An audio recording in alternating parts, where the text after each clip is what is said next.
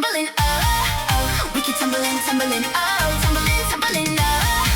We keep tumbling, tumbling, oh. Tumbling, tumbling, oh. We keep tumbling, tumbling, yeah. But this time we're going abroad. Oh my God, yes, all summer long. All your faves in one spot, only on GymNicetics with joy. We'll keep tumbling, tumbling, oh. Tumbling, tumbling, oh. Now across the world, international. We'll keep tumbling, tumbling, oh. Tumbling, tumbling, oh. We'll keep tumbling, tumbling, oh. Tumbling, tumbling, oh. Now across the world, international. We'll keep tumbling, tumbling, oh. Tumbling, tumbling, oh. GymNicetics with joy. Summer abroad.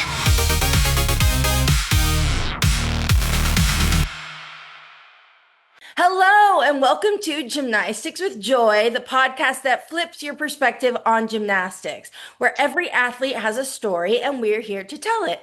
I'm Joy, and today I am joined by a two-time Olympian, a German gymnastics great, a European medalist, a leotard trailblazer, an athlete advocate, and one of the most thoughtful voices in gymnastics today. I can't believe she's here, but she is.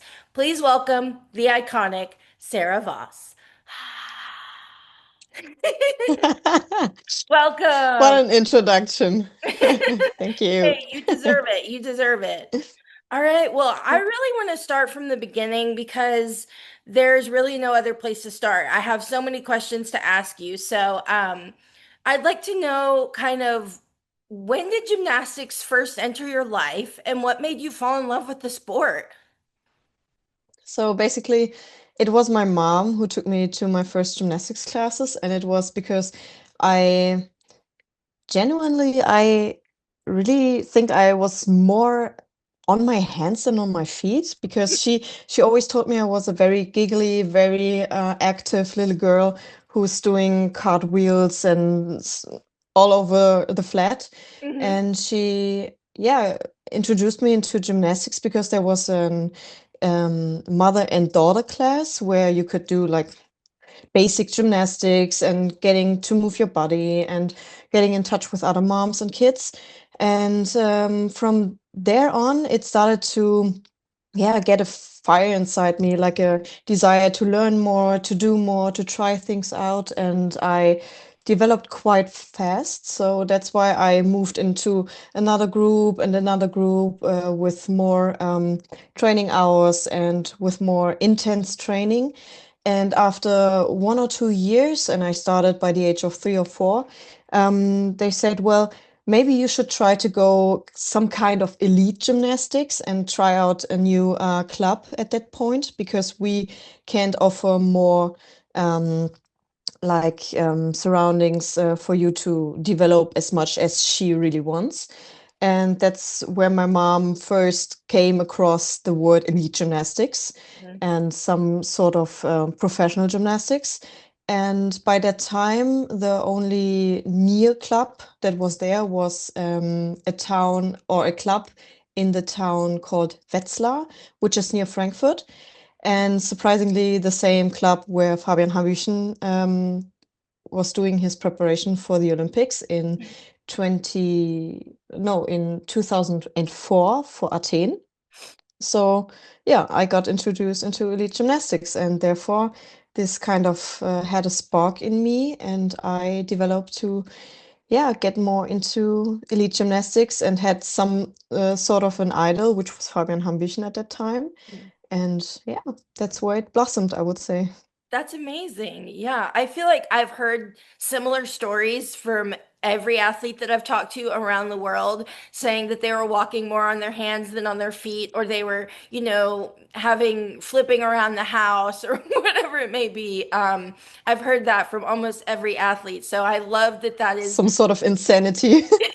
yeah, I love that that's the origin story for almost every gymnast that I've talked to. But Germany has such a strong gymnastics tradition. And so I'm curious, growing up, who were the gymnasts that you looked up to? We kind of already answered that question a little bit, but were there any other gymnasts? Were there female gymnasts you look up to or?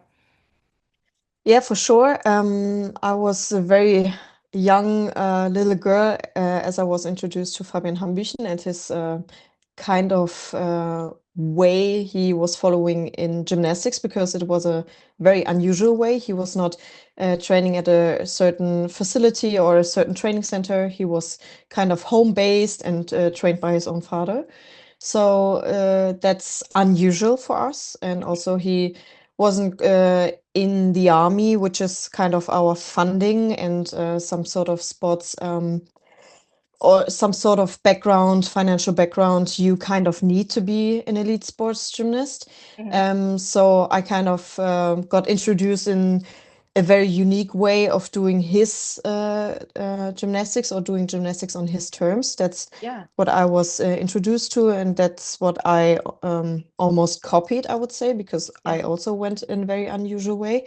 And for the female side, there was for sure Oksana Shusovitina Hmm. because by the time I moved towns, which was because of the profession of my mom, we moved towns and I got introduced in Cologne, which is in West Germany. Hmm. And my coach at that time, Shana Polyakova, was the same coach that got Oksana Shuzvitina welcomed from Uzbekistan to Germany, and then also coached her as she was attending the 2008 and 2012 Olympic Games, so in Beijing and in London, where she was her coach. And therefore, I got introduced to another icon, which is Yeah. Oksana Shusovitina.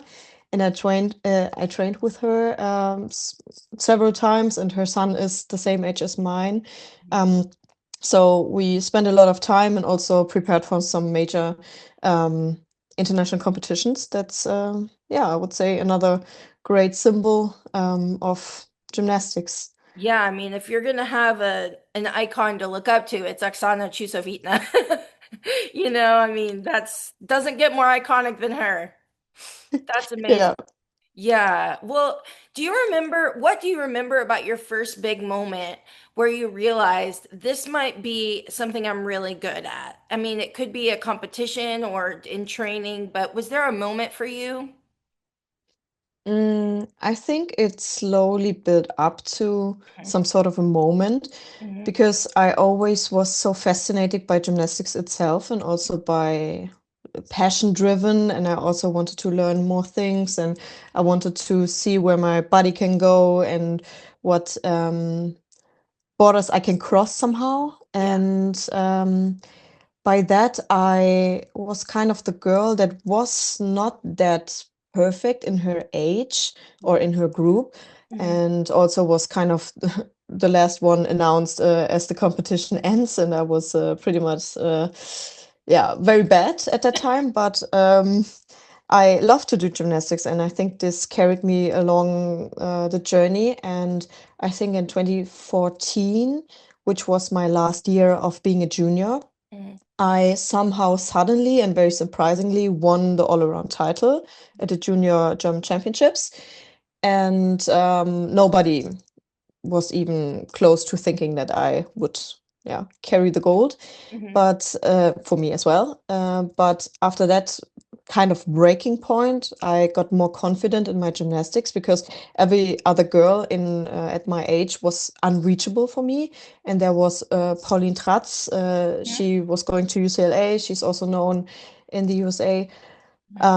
She was at she's my age, and also a few other girls. And yeah, that made me kind of shy and not so believing in myself and my capabilities. Yeah. But somehow, and over the years, 2015 and 2016 arose, and I qualified for the alternate position for my first World Championships in 2015 in Glasgow, which also was this kind of breaking point. And then it built up to being on the European team at the European Championships in Bern in 2016 and also qualifying for the qualifying events for Rio at that time. and my program developed with it. And so I got to do the double twisting Yuchenko at the qualification, which also was somehow um, I was somehow one of two girls that did this jump Hmm. or did this vote. Hmm. So this was also me kind of learning that I have several good apparatus, which can also lead to a very good team result and also can lead up to me being in the team. And I think 2016 was the point.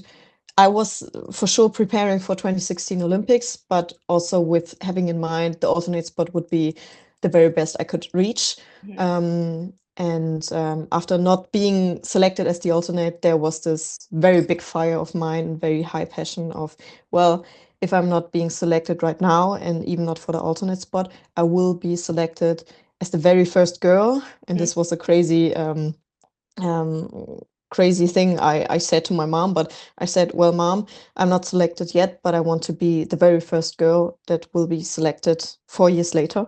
Hmm. And to be very transparent, I was the very first that got selected four to Yeah, 5 years later for because of Tokyo. my hard work. Yeah, for Tokyo. Yeah, that's amazing. And I mean, I love hearing that, not every athlete's journey is linear, there's always going to be ups and downs for every athlete, but to hear that it really lit a fire inside of you and you made that you kind of manifested, hey, I'm going to be the first one selected for Tokyo, even when you weren't chosen for Rio. That is amazing. And that is huge that it came to fruition. It happened. So I love that you put that out there and that it came true. That's amazing. When you transitioned into the senior international stage, what was the biggest adjustment from junior to senior international stage? For me, it was being quite frequently present at camps Hmm. because I wasn't that good in before. That's why I wasn't even selected to training camps and um, yeah, camp situations in Frankfurt at that time. Hmm. So I had 1 week of training camp every month, which was new to me, and also a new kind of training philosophy, I would say, because I was kind of very far away from every other girl from Germany and every other club, because in West Germany we don't have any like specific Olympic training centers Hmm. like in Stuttgart or Chemnitz, which is in kind of south and the eastern north part of Germany, and the camps are held in Frankfurt, which is kind of in the middle. Okay. So I was never introduced to the training of other girls, which was quite good at that time because my body wasn't capable of that much of a high training load that the other girls were doing. Hmm. But also it kind of yeah, it made me anxious that I'm not doing enough.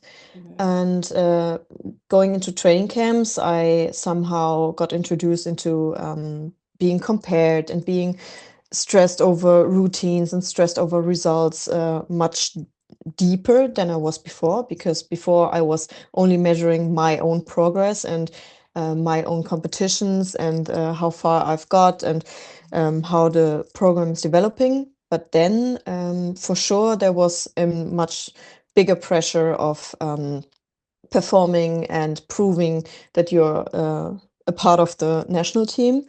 And this is also something that was new and also something where I kind of, in some situations, lost my own path because I was so much comparing and judging myself and looking up to other girls and comparing and seeing that they're doing more and or they're doing some certain things way better, instead of just like admiring their work and like putting their work ethic onto mine. I also put their kind of work and their hours, and everything was kind of mixed up, and everyone should do the same amount of training. And I kind of lost how I am.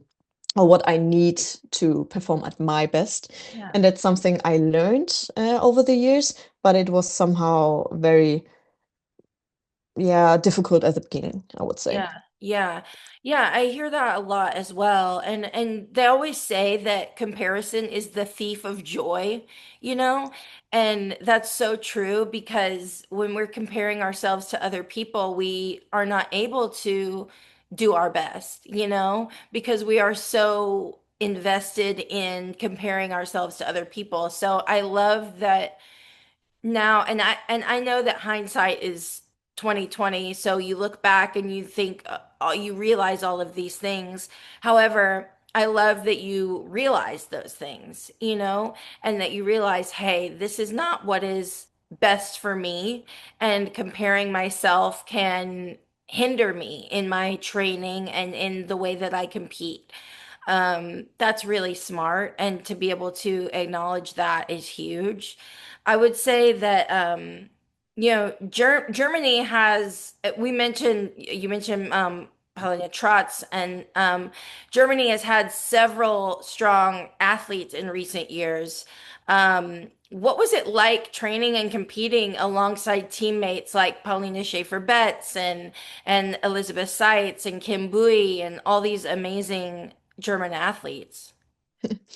In one word, huge, Yeah. because I always looked up to the girls and I was watching them in awe as I saw the Rio 2016 Olympics, and I also saw Elizabeth Seitz and Kim Bui at in London. Hmm. And I also, yeah, I always wanted to be part of the team, and I always wanted to train alongside them and be one of the best gymnasts in Germany. Yeah. So coming to the point where they're my not only my idols anymore, but being my teammates was huge, Yeah. because I remember um, very vividly 2019, as we had the World Championships in Stuttgart, and Yeah. also the year prior to the Olympics, and also the very only competition where we can qualify for the Olympics. Hmm. And preparing to that, it was like nerve-wracking. We had so much, or a huge task in front of us. We had so many people watching us. We had this um, pressure of performing and doing our best to qualify a team. And with that pressure and with that media and also the like focus on us, we really grew into a very tight and very supportive team. Yeah. And we had some other girls with us, and we also trained and got coached by psychologists to really get to know each other more and get to know what the each and every part of the group needs in order to get their best results. And this was a um, very vulnerable, but also very useful time where we got to know each one of us by ourselves, but also the teammates, and really build a very strong team, which was in this kind of constellation for quite a long time, for Yeah. like 5 to 6 years. So we kind of knew each other by heart and by everything they went through, not only in the gym, but alongside. And we supported each other not only as gymnasts, but as people and human. And we grew, and that's what really was like competing and training with them, because at some point there was um, we were rivals at the beginning, Hmm. but then there was this, what I mentioned, not comparing and trying to outgrow or beat someone, but to um, like help each other to become the best version of ourselves, Yeah. and then be proud of the team we can build around that, and not only being or looking for the beneficial parts of my own journey. And Yeah. that's what's like, yeah, training alongside them. It was Yeah. um, the best time, I would say. Yeah, I can only imagine. I mean, I love all of you German athletes. You're all so incredible, and there have been some really big moments for you all. And I would say Tokyo was a really big moment. for you and for German gymnastics because you, well, you competed in a very unusual era in Tokyo with COVID and everything like that. So I'm curious what that experience was like emotionally going into Tokyo and being there in the arena with not having very many people. This was your first Olympic experience. Somehow I was so proud of being being there, of being an Olympian, of being called an Olympian and qualifying for the team. Hmm. But it also was a very frustrating time because as we got selected, I was FaceTiming my family and they were very proud and everyone was cheering. But the very next day, there was COVID testing and being separated from the family and going our own way. Yeah, it was hard because we weren't allowed to have much social contacts, Yeah. not even with friendships or even with family. Mhm. And this was very hard for me because I'm a very social person. I need my Uh-huh. friends and family. I need also some things aside from gymnastics to really calm down my nerves and being more present with the people around me and not only focus on gymnastics. So Mhm. this was a tough time. And also for me as well, because my dad suffered from a yeah, very heavy heart surgery. He had to have yeah, I don't know the English word for it, but he had to have an rushed emergency um, surgery Uh-huh. for his heart, which was like 4 to 5 days before flying to Tokyo. Wow. And this was also a very heavy time for me because at that time, gymnastics was the very least thing I was thinking about, and the very last thing I was trying to go for, as I saw one of my family members, especially my dad, um, was not in a good health condition. Yeah. So I kind of was ready to like not go for my dream. Hmm. And by that time, my dad he was kind of recovering pretty well, and he like welcomed me in the hospital where only a few people were allowed, and he said, "Well, I'm doing quite good, so don't worry. You can go. You can chase after your dream, and I can't um, hold that feeling of not letting you go and Yeah. go chase that dream." Yeah. Um, so I did anyway, but I felt like the worst, not being present at that time and not being at home, and that's something that I like dragged around in the competition arena. Yeah. So there was not no social context. There was my dad in a not so good health condition. There was COVID and testing and praying that Yeah. you can leave the village and go for the competitions. So I Yeah. was not in a very good head state at that moment, and I didn't enjoy it quite as much as I wanted it to Yeah. be, or as I wanted it. Hmm. So it was okay, and I did okay. I had some errors, and we didn't qualify as a team for the team finals. And just the two of us, Elisabeth and Kim, they qualified for all around, and that's why Pauline and I we had to like depart 2 days later, which was like an Olympic experience of I would say 4 to 5 days. Yeah. And I got back very frustrated, and I wanted to like quit gymnastics and questioned all my life choices, and went back and back to family, and then enjoying family moment. And COVID got a little easier to handle, and things got better. And then I recovered from this, I would say, bad experience. And somehow there was again this fire of let's do it better. Yeah. Let's go for Paris for like in 3 years. Yeah. And then I got back into the gym. Yeah. Yeah.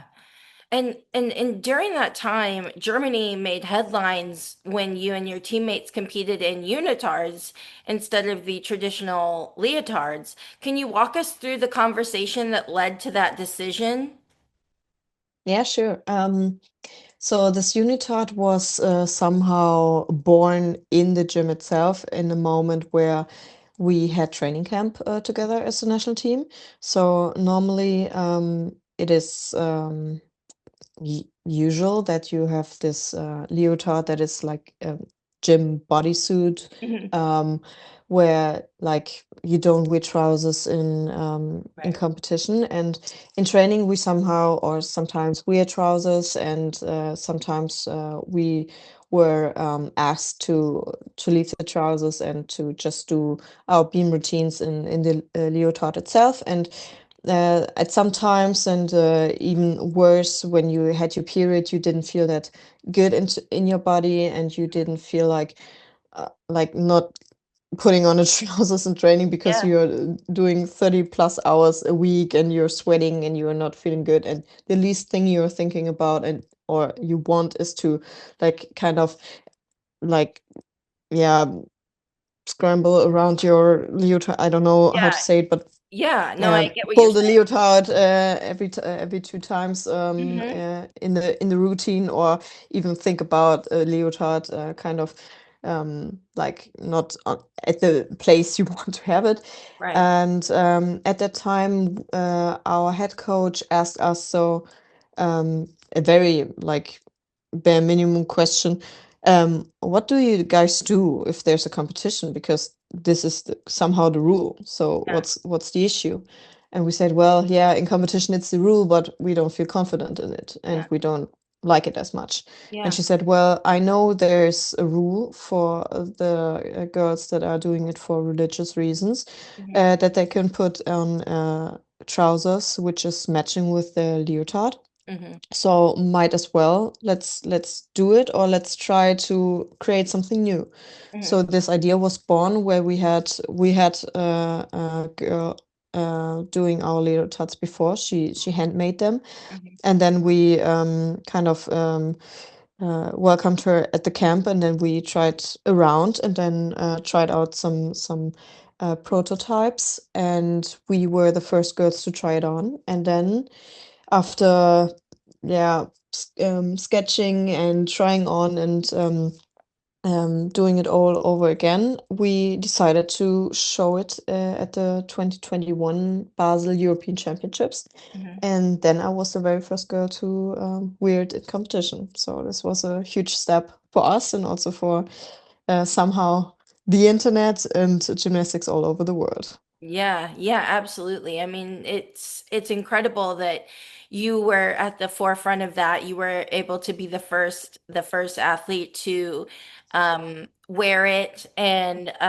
yeah, that's absolutely incredible. Did you expect the reaction and global conversation that came from that moment? Somehow we knew that, because also we had this headline of sexualization and also feeling good in our body, and there was also this rule of beach handball where the girls were also not allowed to wear their trousers, and they even got a fee for that. Yeah, And I think Pink was um, um, she was paying the fee.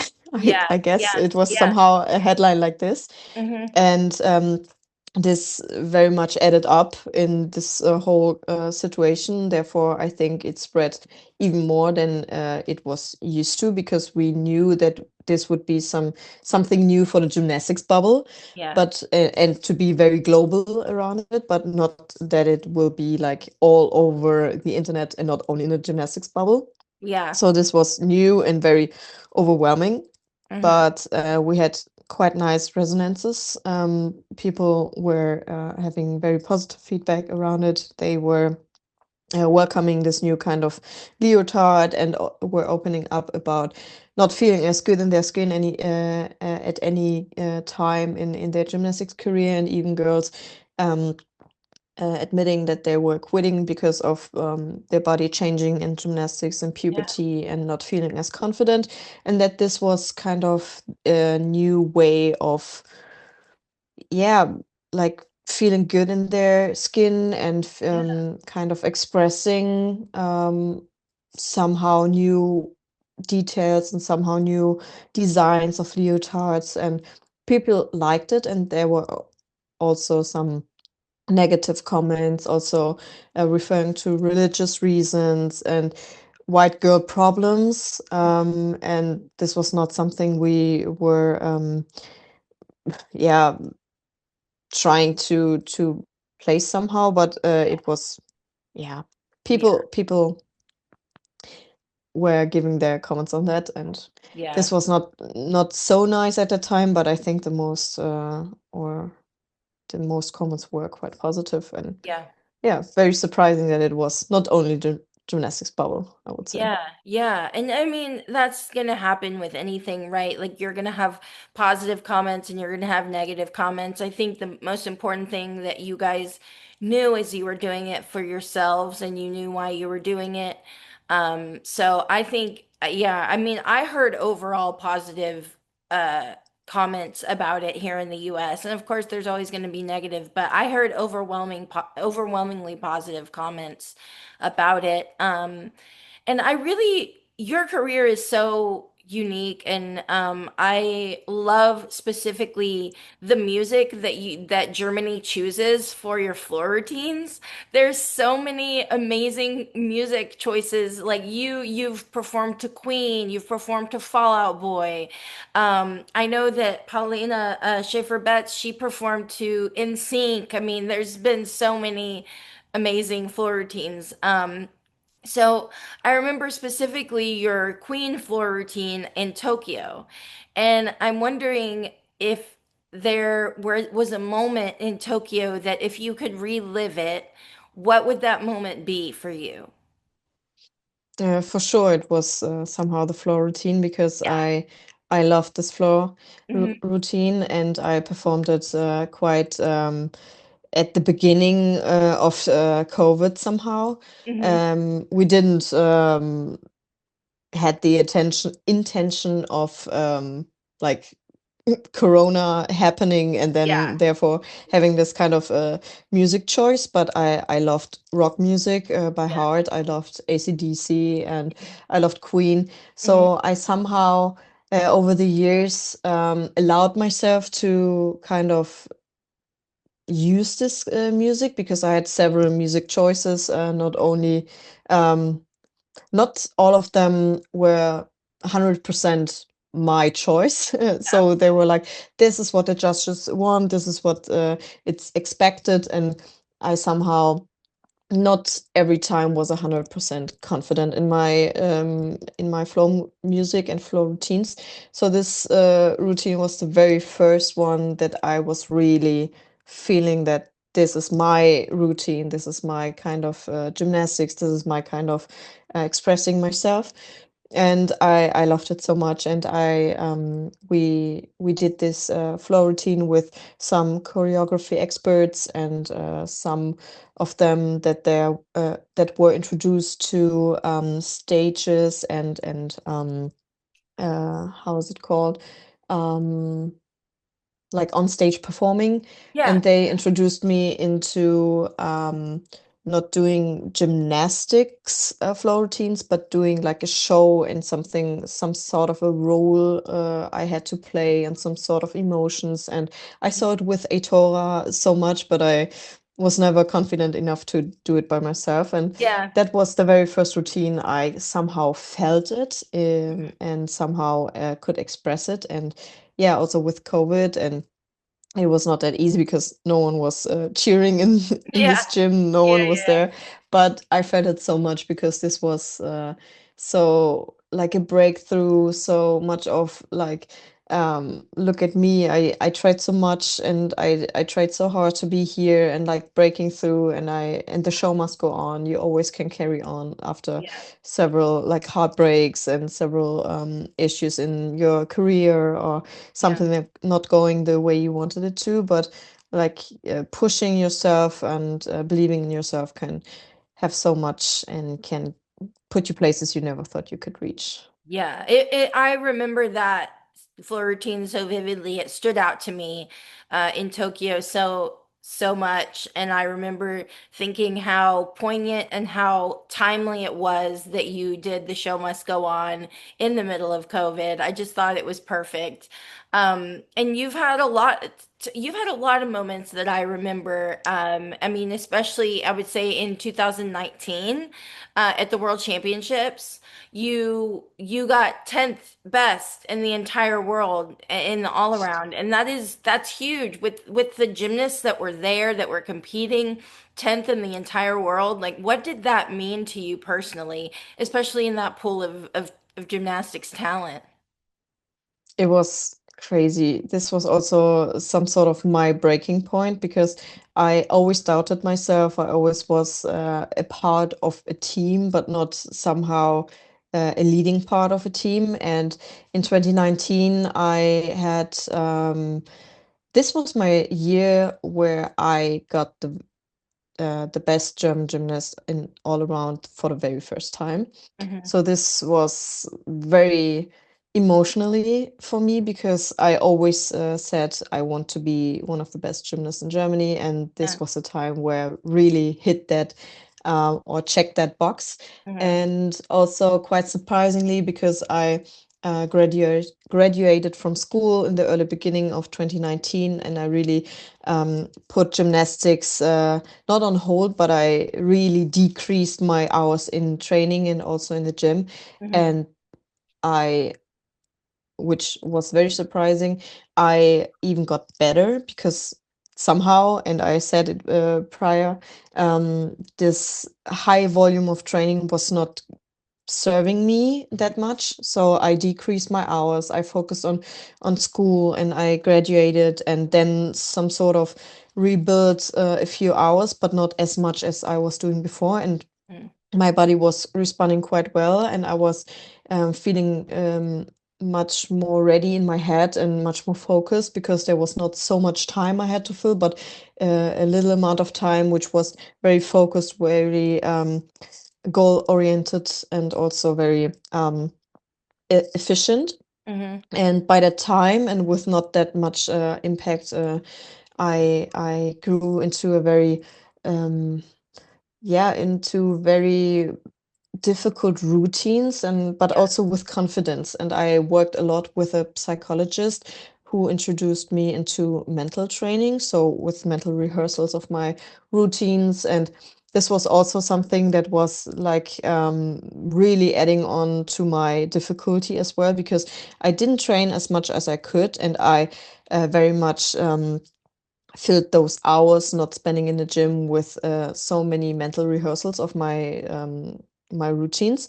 And this helped me so much to become more confident in my gymnastics and also with my beam routine, where I fortunately became one of the 8 best gymnasts in the world as well. Hmm. So I was in a balance beam final, and I remember my qualification so vividly because we had Stuttgart. This was a home country competition, and there were so many German people and so many family members. But I was nervous, and I knew there was so much we pressure from outside. But Yeah. as I saluted, and I stood at the same point I was standing every time when I begin my or began my beam routine, I Hmm. somehow shut into autopilot, and this was the best feeling I could ever experience because so many times I was so good prepared in training, and then somehow my nerves rolled over, and I missed my best competitions. But there in Stuttgart, I almost not floor, but almost hit every routine Yeah. that I was supposed to do. And this was the best feeling ever because I could enjoy gymnastics so much more and really felt so confident in my routines. And this was the best feeling I could ever have. And to be one of the best 10 gymnasts in the world was Yeah. crazy because also there was Oksana Shuzevitina, there was Simone Biles, there was both Downey sisters, there was Alice Kinsella, Julia Steingruber, Ellie Seitz. There were so many So many. crazy and Yeah. amazing gymnasts all over the world, and we qualified for the Olympics, and I qualified for the all around and got 10th best, and I qualified for the beam final and got 7th best. It was Yeah. one of the best competitions I had. Yeah, yes, I had to talk about that because I would say it was as well. And it was a moment where I think the world, like we had known your talent and we had known your abilities, but I think it was a moment where the world got to see too, like, wow, yeah, Sarah is she is one of the best in the world. She's really is. And so I knew that had to be a very special moment for you. Um, especially like we talked about in that the amazing athletes that were there. So congratulations on that all these years later. Wow, incredible. I do also want to talk about the 2022 European Championships team final because that was also a huge moment for you, a huge moment for German gymnastics. Um, Germany won the bronze medal in the team final, and that was for the first time, right? Yeah, yeah, Yeah, very first time. yeah. And so, what do you remember about the pressure and the energy in the arena that day? It was intense, Because you very were at intense, home, you because were in Germany yeah, again in Germany. again. So I think home competitions quite suit me. Hmm. Because yeah, in 2022, I had both experience. I had very devastating experiences because right before departing for the European Championships, I tore a very huge part of my calf in training. I had like a 6.5 centimeter long and 3.5 wide and deep and Ooh. very big tear in my muscle, in my calf, at one of the last training vaults I had to do. And departing and not knowing if I can really show my 100% routine was devastating because I was kind of good prepared. I would not say 100% perfect prepared, but I was very much at somehow same level as 2019 and after the Olympics and stuff like that, and not being in a gym for quite some time, it was very hard for me to come back. And especially for 2022, I wanted to be as perfectly prepared as possible for our home European Championships. And even right before qualification, I didn't know if I could start on all apparatus because of so much pain. And I decided to not do the double twisting Yurchenko in qualification and to not do my full flow routine in qualification. And on balance beam, I unfortunately slipped, and I really slipped on my dismount, and I had a very bad fall, and also my dismount didn't count. So that's some sort of a very devastating performance, Yeah. and cost me the balance beam final. And I was quite good prepared for balance beam final. But yeah, it was.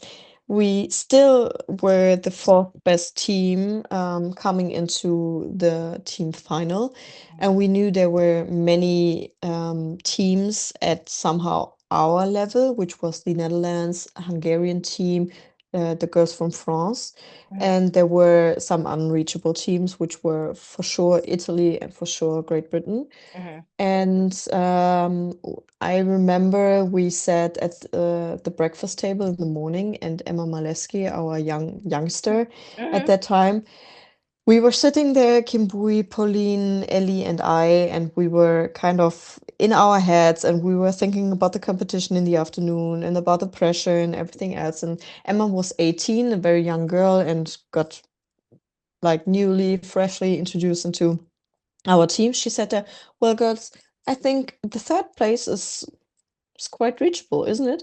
Mhm. And we were like looking up from our plates, like, "Girl, don't say it, don't jinx it, don't do it. Yeah, We yeah, don't yeah, talk yeah. about it. We know Yeah. what's um what we have to do, and we know there's so much going on, and we could reach it, but we don't talk about it, Yeah, okay? yeah, yeah. Don't mention it. This is too Yeah. much pressure." And we got into the arena, and there were 10,000 people from all over the world, but especially German people and family and friends. And it was amazing. We had very good stardom bars with Emma, Kim, and Ellie. They all did very amazing routines. And then I was on balance beam again with Emma and Pauline, and we all three hit our balance beam routines. And then we had very high 13 point, I would say something around 5 to 8 or 9 in our balance beam Yeah. scores, which was amazing. We had no faults at all and Yeah. very clean routines. And then there was floor. And 2 weeks before the European Championships, Kim Bui mentioned to us, or we had that inner circle meeting where she said, "Well, guys, European Championships will be my very last competition. I will retire after that." And being like the not the one of the oldest and one of the most experienced gymnasts from our team, this was also a very emotional moment for us because this was her very last floor routine. And I remember the the arena itself, it was so quiet, and they had somehow a spotlight and focus on her, and they gave her her very last memory and her very last routine. Yeah. And everyone was so in awe watching her and enjoying her flow routine and the joy and everything around it, because this was also her very last event. She wouldn't do a vault Hmm. after that. So this was so amazing and so emotionally. And I had my flow routine before her, and I had a fall again. So we had a big deduction of 1 point in our score, and this cost us to be at the fourth place again, Hmm.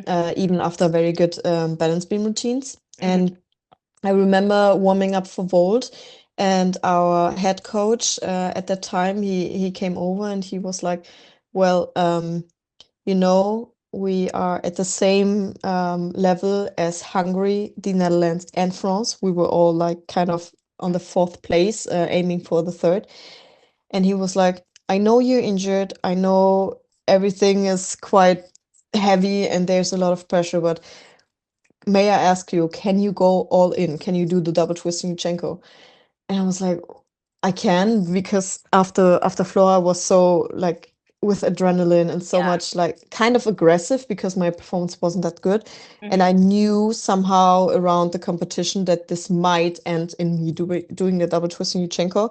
And I was sort of prepared. And he came up to me and I asked me asked me this very um yeah, very highlighted question. Can you Yeah. go all in? And I said, "Yes, I can go all in, and whatever it takes, I will do it." And he was like, "Okay, I trust in you. Hmm. You can do it." And I was the very last girl Yeah. at that head at that lineup. And France did two falls, I Hmm. remember, and also Hungary fell on beam, and also the Netherlands fell on bars. So this was so nerve-wracking, and Hmm. me standing at the end of the 25-meter run up, I was like running or like walking back and forth, and I had this like, oh, I remember it so vividly because I had goosebumps and I had this feeling of throwing up and Yeah. running away and not doing it, Yeah. and adrenaline and being scared and also ready, and this was crazy. And at that time I saluted. I somehow had this focus, and there's this video, and I love to watch it all over again every time, where I had this like stare battle with the vault run up, Yeah. and I knew there was so much pressure, and I knew that if I hit this vault, we will have a medal, and if I don't, I'm kind of the loser of the nation. So No so pressure. the no pressure at all. So the arena was totally quiet, and I ran up, and you kind of hear in the video that people were completely silent at the beginning, and me running up, it grew louder and louder and louder. And as I did my double twisting Yuchenko, and I kind of planted it Hmm. perfectly, and I Yep. no steps at all. Yeah. I threw up my arms, I cried, I had all Yep. the emotions at that moment. I saluted and I had that scream, and Hmm. then ran up to my coach and my teammates, ran up to me, and then we hugged and we cried, and this was Yeah. so. I mean, I still get goosebumps. It was the most amazing and emotional experience I've ever had, and yeah, that's how we secured our historical bronze medal. Yeah, This was I was crazy. actually you answered my next question because I was going to ask about how I remember you doing the full twisting Yurchenko in qualification and then doing the double twisting Yurchenko in the final. I was going to ask about that process, but you answered it perfectly. And I remember watching that and being like, "Oh, she's going for it. She's going for it." And you did, and you nailed it.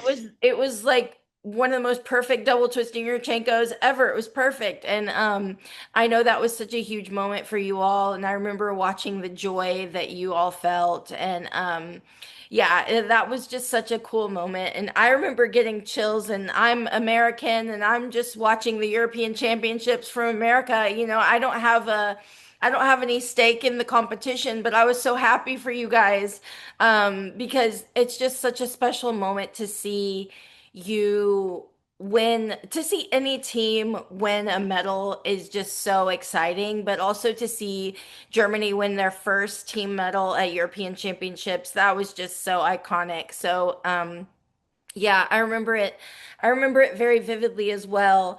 And I'm curious about where that team final ranks among the most meaningful memories of your career.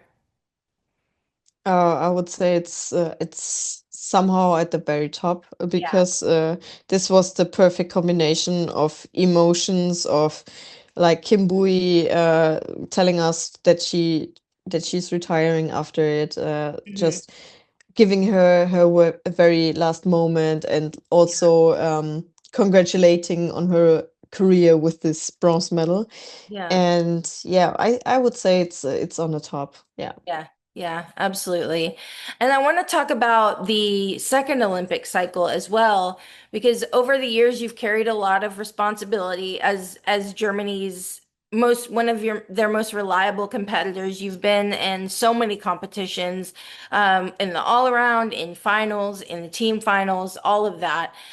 What did leadership look like for you in practice, in training at meets? Because there was a point where, Ellie Seitz did retire and Kim Bui, and so you became really a leader, you and Pauline. So what did that look like for you, taking that kind of leadership role on? So as I mentioned before, somehow we grew as a team, and somehow we all knew about each other, and we Mhm, knew about the doubts, and we knew about the goals. mhm, And I think this was very beneficial for our team competition as well. So mhm. I was also the person not only looking at what I can do and what I can achieve in the gym, but I also was supporting the other girls, and I was Yeah. loving, or I love to see the progress of every one of them.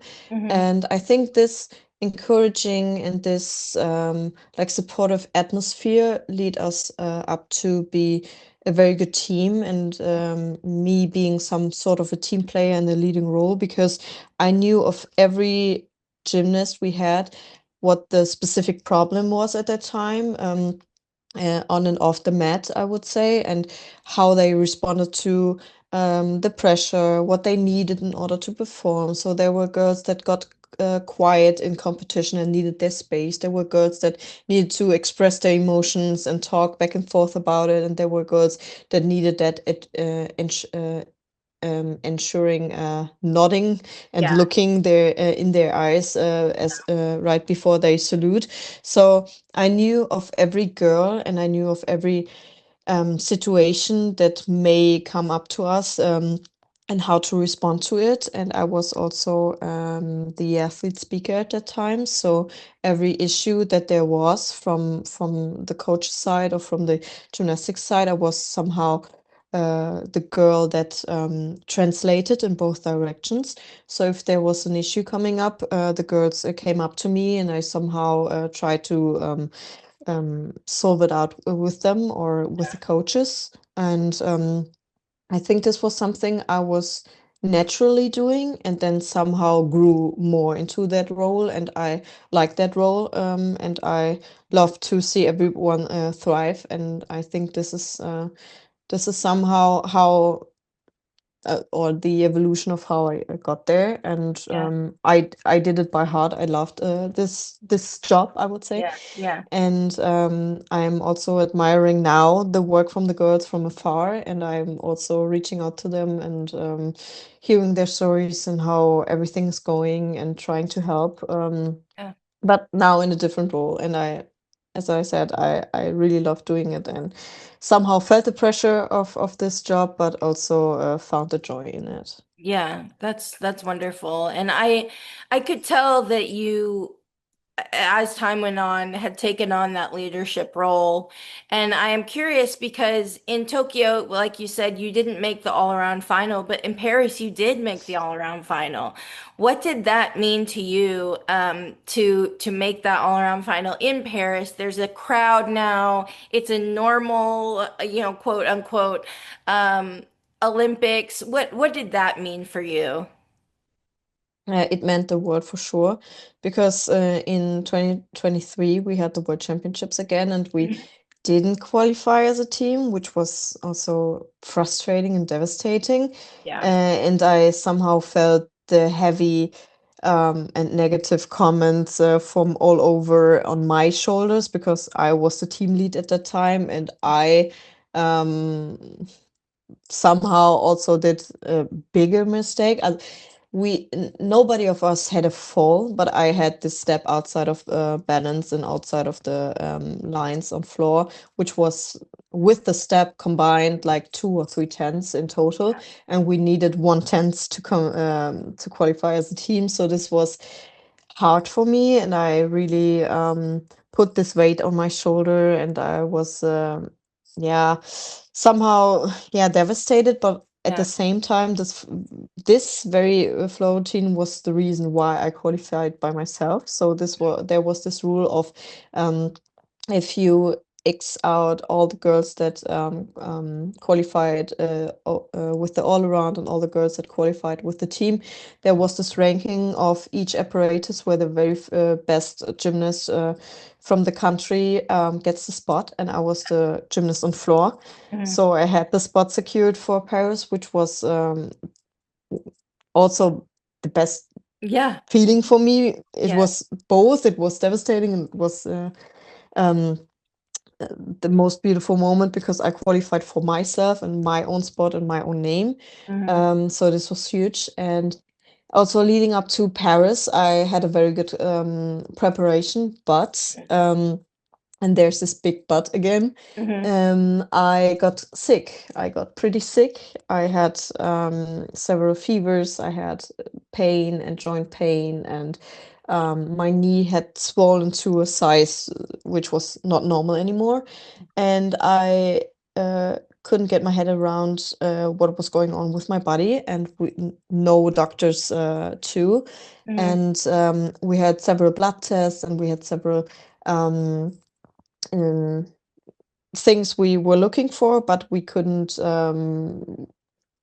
name the Yeah. issue. And Yeah. it was not my knee that was swollen because I fell on it, and it was not some sort of flu. But Yeah. like 4 weeks before the Olympics, I got diagnosed with Lyme disease. So, which was this like the tick, Yeah. and I haven't had a tick before, and we couldn't Yeah. also, like, we didn't know where this came from, but it had Yeah. to be in my body for quite a long time. And I also had this fever at the same time, which was, I'm not sure about it. I just know the German name.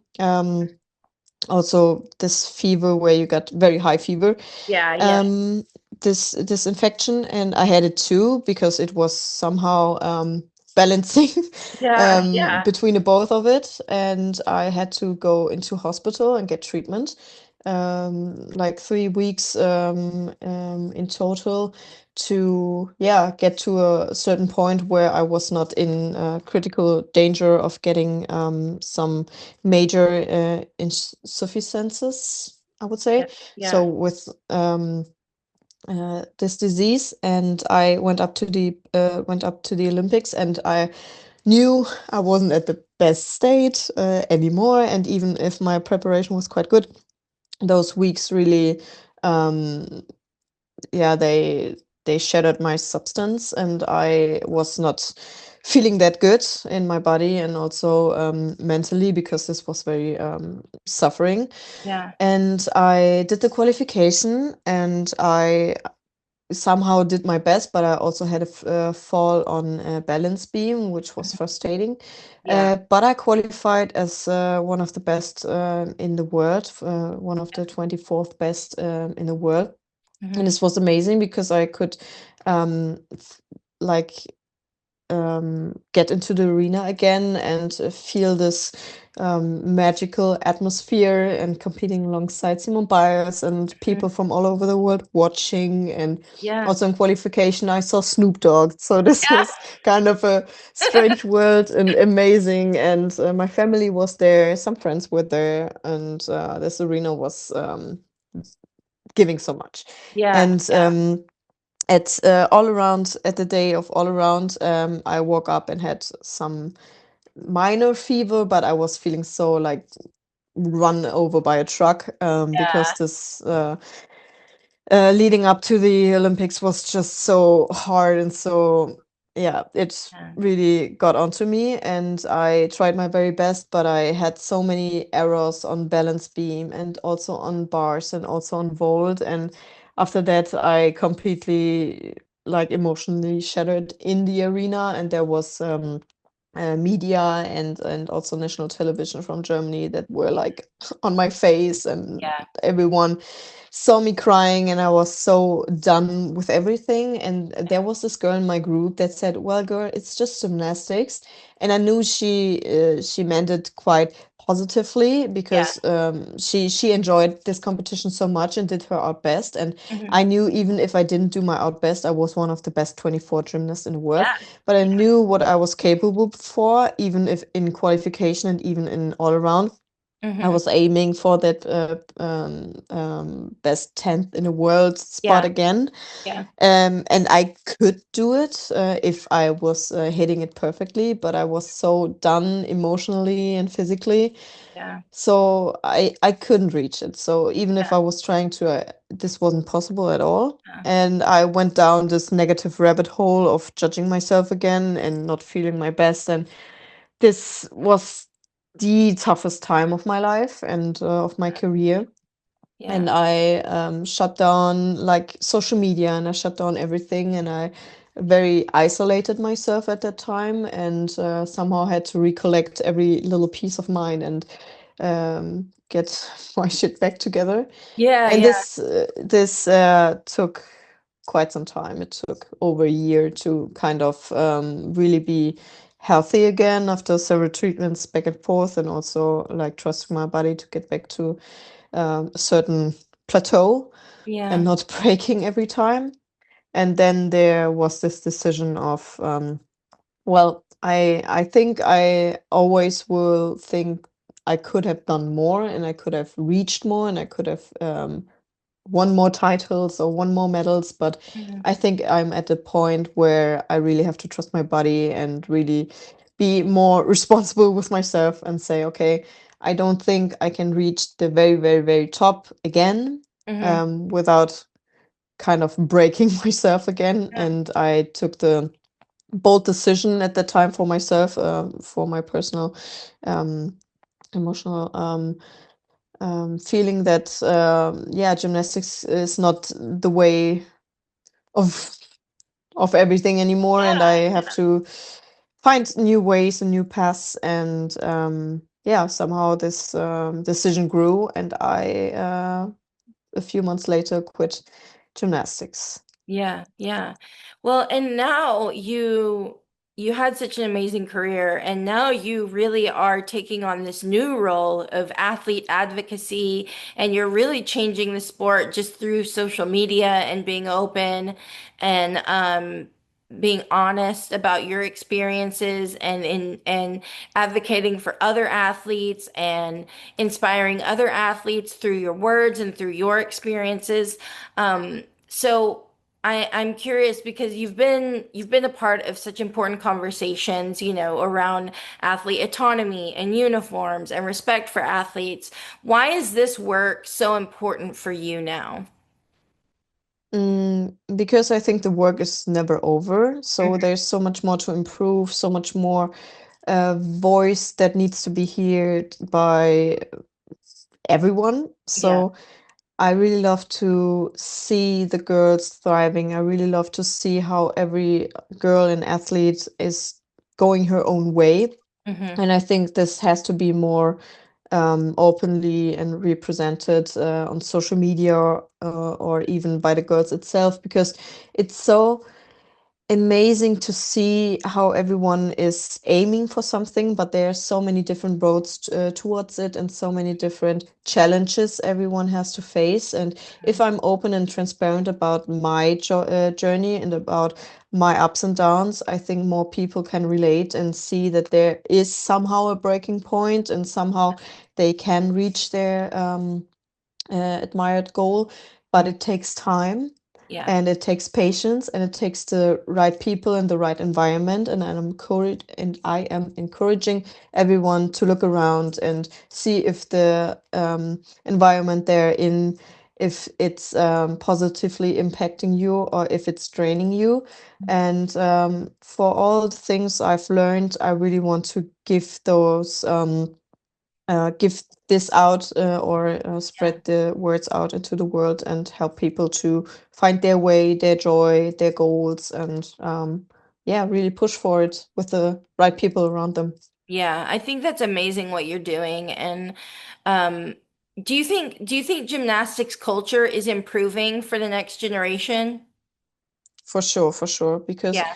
there are so many girls that are in this sport for quite a long time. Hmm. Um, right now, there's Paulina Schäfer-Betz, which she's um, coming back right now because she also had an injury last year, but she's coming back for European Championships and Worlds this year. And she's also aiming for LA 2028, which will be her Wow. fourth Olympic Games. Yeah. So this is amazing. And also watching Ellie Black, who Mhm. has also a very strong voice and very I love her so much. Yeah, So she's great. she's also so great. And Simone Biles did Yeah. so amazing in Yeah. like being very open about mental health issues and about everything. And she was so bold herself. Mm-hmm. And I see so many also moms. So Alice Yeah. Kinsella is a very great role Yeah. model for not for just um, putting not how to say it, but not focusing so much on gymnastics, but making gymnastics fit around your life goals. Yes, And I think absolutely. this is something that is shifting right now because prior and in the past, I would say gymnastics was everything, and for me, it was everything. Yeah. And people told you it had to be everything in order to be successful. But I Mhm. see more and more people shifting from this perspective and saying, well, if it suits my life and my goals, gymnastics will suit me. But if it will like crash everything else that is helping me personally grow, then Mm. this is not the right space for me anymore. And I see so many, and there's Vera van Poel, she's a mom now. I see Etora is getting married. I see Alice Kinsella is getting married and also has a newborn, and so many more examples where I think gymnastics is really evolving, and there are many strong voices out there that I really love to see again, because it's not the kids' gymnastics anymore, which No. somehow developed in the past, but it's women's gymnastics again, and I Yeah. really love to see that. It's Yeah. very um, sustainable again. Yeah. I love seeing it too, and it's incredible because you're seeing grown women do gymnastics. It's incredible, especially as a grown woman myself. I'm 35 and I love seeing I remember watching Becky Downey in Paris, and she did such a phenomenal job, and in her 30s, and then you've got Ellie Black, like you said, and then Oksana Chusovitina at 50 winning gold medals at World Cups last year. I mean, it's just it goes on, you know. And so I think that that too gives inspiration to the younger athletes coming up as well, saying, "Hey, I have longevity in the sport." I think that's really Yeah. important. This is so important because I think somehow we got lost into like decreasing the age and like doing junior world championships, junior Olympic championships, doing junior European championships. And I think somehow there's so much pressure on so young girls and gymnasts to perform her very best in a very vulnerable time of personal growth of their body changing, of everything around it. And there's so much pressure from academic efforts they need to do, from training they need to do, and from media, which is also quite big, which Yeah. wasn't that big at my young age. Hmm. And I think we need to shift more into like longevity, as you said, and also in like sustainable gymnastics and building up on a very good foundation and not pressuring girls to do a double twisting Yurchenko at Yeah. 13 Yeah. and Yeah. doing double layouts at 14 on Yeah. floor. Yeah. So just do the basics, do healthy amount of training, do competitions for joy and for challenge and for personal development, but don't do it to like yeah, put too much pressure on the girls. And I Yeah. love to see that it is more becoming brighter and wider and sustainable over the Yeah. time. Absolutely. Yeah, and we've talked a lot about gym, which I love. I could talk about it forever, but I also want to get to know you as a person because this podcast is important to me for so many reasons, but one of them is I want to create a space for athletes to just be themselves. And yes, we'll talk about gym, plenty of it, but also I want to get to know you as a human being first and foremost because before gymnastics, I mean, you're a human being first and foremost, and then gymnastics is just a part of your life. You know what I mean? So gymnasts spend so much time in the gym, as you know, as you've experienced in your life. Now that you are out of gymnastics, now that you're retired, how do you balance training, keeping up with your body, and self-care, and things like that? So it is a very new path that I'm going because gymnastics really took a lot from me, and I had 30 hours a week and everything I had to arrange around it. Mm-hmm. So now there's new structure and new path that I'm going, and I kind of try to go to the not only the gym and do gymnastics, but to somehow do strength training and do some sort of rehab, trying out new sports as I did padel and I did bouldering and I did some sort of other sports, and I love to do it in company. So I'm having a few friends that are doing triathlon, they are doing track and field, they're doing some different kind of sports, and I really love to see them thriving and then them explaining me how to do it. So this is my sort of keeping balance with sports and Yeah. with a good amount of mobility in my weekly schedule. Yeah. And I quite like 1 week before I was graduating from my university, so Mhm. I'm a bachelorette now. um, so I have my degree in sports management, Mhm. and I also worked part-time in for sports event. I did also worked for FISU World University Games in sports event. And I really loved it. So I'm having an internship. So I'm now figuring out my profession for what's coming after gymnastics, which will be in kind of sports marketing. And I also have another internship in sports journalism. So this is somehow what I'm learning and doing now. And I also work as a barista. So I'm Oh, doing coffee skills and I'm working at a coffee shop. And I love to do that because you get in touch with new people and you have a new, yeah, something that you're admiring and something that you love to do. And yeah, I'm really focusing on that and some projects alongside. And this is somehow the mixed up weekly schedule.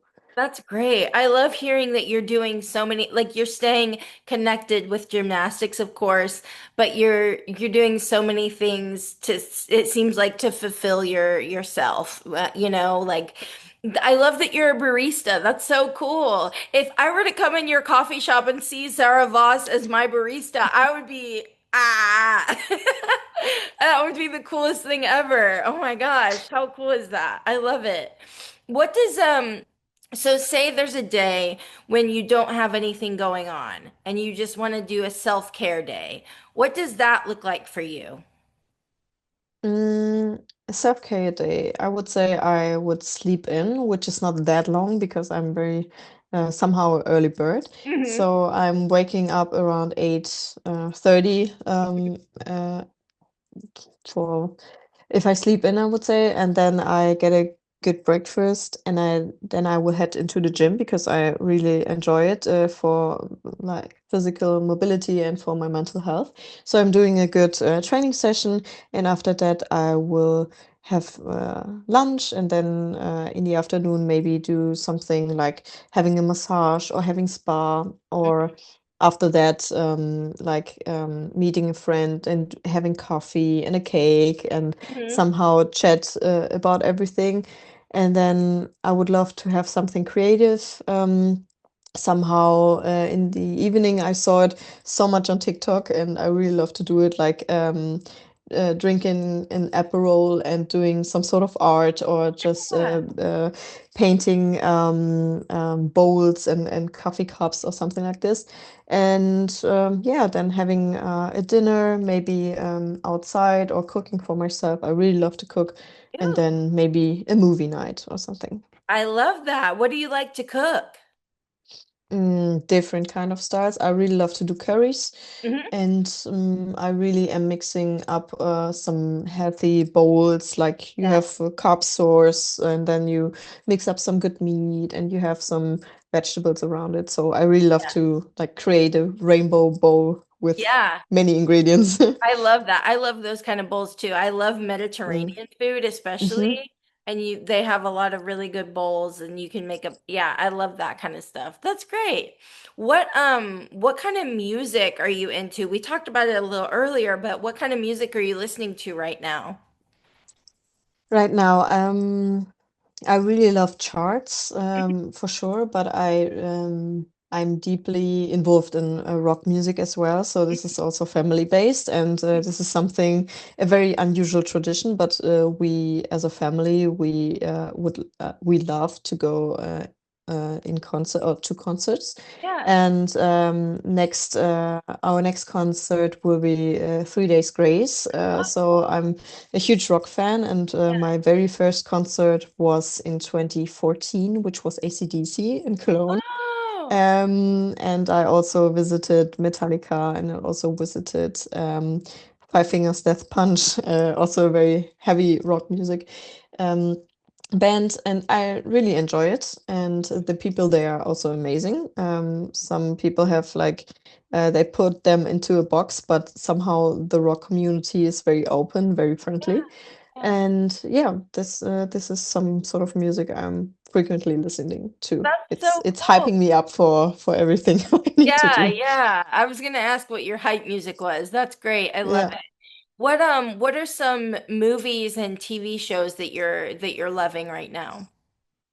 I'm a huge Grey's Anatomy fan. Uh-huh. So I could watch it all over again every time. It's my Mhm. comfort series, I would say. Mhm. And I also got to love Bridgerton. Yeah. So this was also a very amazing Mhm. series. And I also love some sort of sitcoms like How I Met Your Mother Yep. is very nice, and also Friends. Mhm. And movies, I would say I love some sort of action movies. So every Mission Impossible movie, every James Bond movie. Mhm. I loved Jumanji because this Yeah. is the perfect amount of um, action and also funny parts and Comedy. Yeah. comedy. Yeah, and I also love the constellation of Jack Black, of Kevin Hart, and Dwayne Yeah. Johnson. This is like the So funny. perfect fit, I would say. Yeah, yeah. Yeah, some sort Yeah, of I this. love that. I love it. I love that you are into action movies and rock music. I would not expect that of you, but I love that. I absolutely love that. That's great. Are you a reader? Do you like to read very much? I do love to read. I do. We have a German author. His name is Fitzek. Is also kind of um, not action, but it's how do I say it? It's mm, Is it I like don't have. true crime or something? Yeah, true crime, but Okay. not true crime, but crime. Yeah, Crime, crime. some Okay, sort of okay. Like and fictional. I yeah, fictional crime, and I also read some autobiographies, and Mhm. I also read an I don't know if he's American or British, but I read from Ethan Cross. Yeah, He has some books, and I really enjoy them, that's but great. they are kind of heavy crime. Yeah, yeah, yeah, yeah. I love it. I love it. I love crime novels and like kind of a mixture of like mystery and things like that. I love things like that. Okay, so these are kind of rapid fire, but they don't have to, no pressure to be like super quick on them or anything. I think I know the answer to this first question, but you may surprise me. Coffee or tea? Coffee. Yeah, I knew that was coming. Yeah. Favorite place you've traveled for gymnastics? Japan. Japan, yeah. Favorite apparatus to watch, not compete, but watch. Floor. Floor, For yeah, yeah, sure, floor. yeah. One gymnast whose style you've always loved. Sean Johnson. Yeah. If you could steal and replicate a skill that another athlete does really well, it doesn't have to be named after them, but whose would it be and what skill would it be? Um, it's a line. It's not a Mhm. skill itself. It's Ellie Raceman. It's her first pass. Yes, yes, so good. It lives rent free in my head. It's so hmm good. Yeah, absolutely. What's a hobby that people might be surprised that you have? Mm, if it's a hobby, but I love cooking, so this is Cooking. something Yeah, I really yeah. enjoy. I love it. I love it. People looking back on your career, what do you hope that they remember? Mm, Me being bold for going my unique way. Yeah, absolutely. What moment from your career still makes you smile when you think about it? Yeah, for sure, I would say the 2022 European Championships. So it Mhm. makes me emotional, smile, and it gets every emotion. Yeah. All of it, yeah. If you could go back and give your younger self one piece of advice, what would it be? Trust yourself, your timing will be all right. Yeah, absolutely. Okay, these are the last questions that I ask every guest. It kind of shows how you're alike, how you're different. What is, if you're in the gym, there's a lot of sounds and noises going on. What is a gym sound or noise that you love? Mm, Springboard, some Yeah, sort of. yeah, that's a good one. What is a gym sound or noise that you can't stand? That's like, oh, to your ear. Mm, some sort of scratching in the chalk box. So Yeah, if you really feel and hear that there's a chalk under the nails or something, yeah, because you like grab too deep. Blah. Yeah. A lot of people have said that. Okay, what brings you to life creatively, spiritually, or emotionally? Music. Music. Love that. Love that. What is your favorite guilty pleasure TV show? I think it stays with Grey's Anatomy. Grey's Anatomy. Okay, cool. Okay, who are your top 4 or 5 gymnasts of all time? Cool. I know, So, hard. mhm.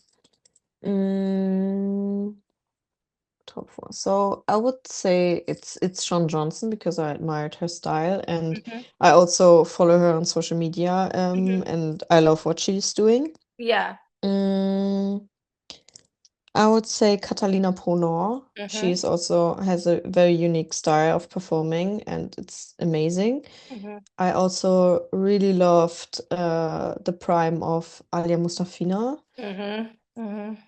Mm, I love Eitora's style. Oh yeah. Oh yeah. She's also very amazing on every apparatus. Mhm. And I think a fifth girl would be because of everything she's embodying. It's Ellie Black. Yeah. Yeah. That's those are great choices. All wonderful. Okay, if you were reincarnated as an animal, what animal would you be? Hmm. I think some sort of a monkey because I was like so all around jumping All over the and being place. so Some vividly sort of and animal, yeah. some sort of monkey. I love that. I love that. Okay, and last question.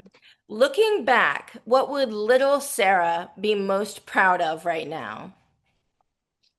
Mm, that I achieved my lifelong goals and my biggest goals of competing at the Olympics. And Mhm. not only that, but having an like footprint in gymnastics and Yeah. encouraging other to find their unique gymnastic style or even their unique way of pursuing their dream. Yeah, absolutely. That's wonderful. Well, I always say in every podcast that it's so important to make our young selves proud, no matter, what anyone else says or thinks. It just matters what our young self thinks. Would she be proud of us? Would she want to be our friend? That's what's important to me. So I love that you have made her proud. I have no doubt that you have. But thank you so much for coming on my podcast. I really appreciate it. I admire you so much, so I appreciate you doing this. Thank you, thank you. I really enjoyed it. Oh, good. I'm glad. You have been such an inspiration for so many athletes, for myself, and I'm not even an athlete, just in the way that you've carried yourself and your advocacy and all that you do to this day. So thank you for everything that you've done for the sport of gymnastics and that you continue to do for the sport of gymnastics. It really is special. Thank you very much. Yes. All right. Well, you have a good day, and I'll talk to you later, okay? Yes, Okay. thank you. Bye. Goodbye. Tumbling, tumbling, oh, oh. We keep tumbling, tumbling, oh. Tumbling, tumbling, oh, oh. We keep tumbling, tumbling, oh. Tumbling, tumbling, oh, oh. We keep tumbling, tumbling, yeah. But this time we're going abroad. Oh my God, yes, all summer long. All your faves in one spot, only on GymNicetics with Joy. We'll keep tumbling, tumbling, oh, tumbling, tumbling, oh. Now across the world, international. We'll keep tumbling, tumbling, oh, tumbling, tumbling, oh. We'll keep tumbling, tumbling, oh, tumbling, tumbling, oh. Now across the world, international. We'll keep tumbling, tumbling, oh, tumbling, tumbling, oh. GymNicetics with Joy. Summer at Bride.